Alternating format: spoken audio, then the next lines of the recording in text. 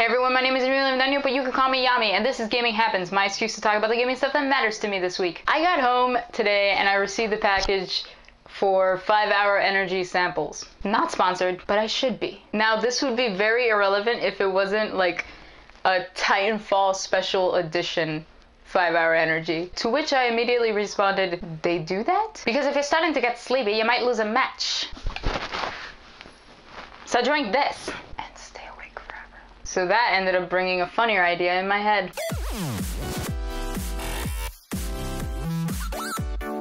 Here is a list of what gamers can do within 5 hours. And there's a rule. It could only be video game related stuff. I know, it's a very specific rule. It kind of makes no sense. Let's just pretend that the 4 horsemen of the apocalypse are coming and it turns out they're very hardcore gamers. Otherwise I wouldn't be able to make a video about this, okay? I always find loopholes. Let us begin. You can beat Ground Zeroes on speedrun 16 times. You can conduct research and pinpoint the issues that plague the video game community and work to solve them, but then spend the last hour wallowing in sadness as you realize that the vicious cycle continues and more problems have arisen. Commentary! You can spend the entire 5 hours in a Mass Effect 1 loading screen.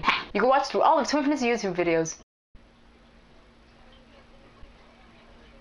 You can die 1,000 times in Dark Souls 2. You can start playing a JRPG, then come to terms with your own mortality because you will not be beating it in 5 hours. You can watch the Super Mario Bros. Movie 3 times, then you'll kill yourself before the 4 horsemen even get a chance to. You can spend 5 hours deciding what to play from your Steam library and never actually get to playing anything. It's a lot like Netflix. You know what Valve should do? They should get that little Max guy from Steam. Is it called Max? The guy that you just tell what you're in the mood for and he'll tell you what you should watch. Well, they do that with Steam and it'll tell you what to play. It would be way better than Max. That guy's an idiot. But you could get a way more sophisticated system. I think that'd be good. Wait, what was I talking about? You could have your own mini game jam. That's nice, right? Makes you forget about the impending doom, maybe? You can play retro games for 5 hours and relive your childhood and hold on to your last bit of innocence. Oh my god, that got dark. Left turn, yeah, left turn. You can build a new PC. I don't know if 5 hours is an accurate amount of time for building a PC. Maybe that's slow. Maybe that's how long it'd take me to build a PC.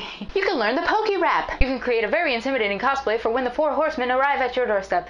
I recommend Dante from Dante's Inferno. You can think about all the hours you spent playing video games instead of enjoying the world. Then go play more video games because remember, the rules are very specific. You can play The Sims 3 and feel like you've lived a lifetime in just 5 hours. Or you can spend 5 hours being incredibly toxic within the video game community. You see what I did there? Do you see how ridiculous it sounds when you say that out loud? When you spend time out of your life being mean on the internet to people that enjoy the same things you enjoy. Did you see my plan all along? To call you out? Nah, I didn't plan to make this like a Positive Gamers episode, though that seems to always happen.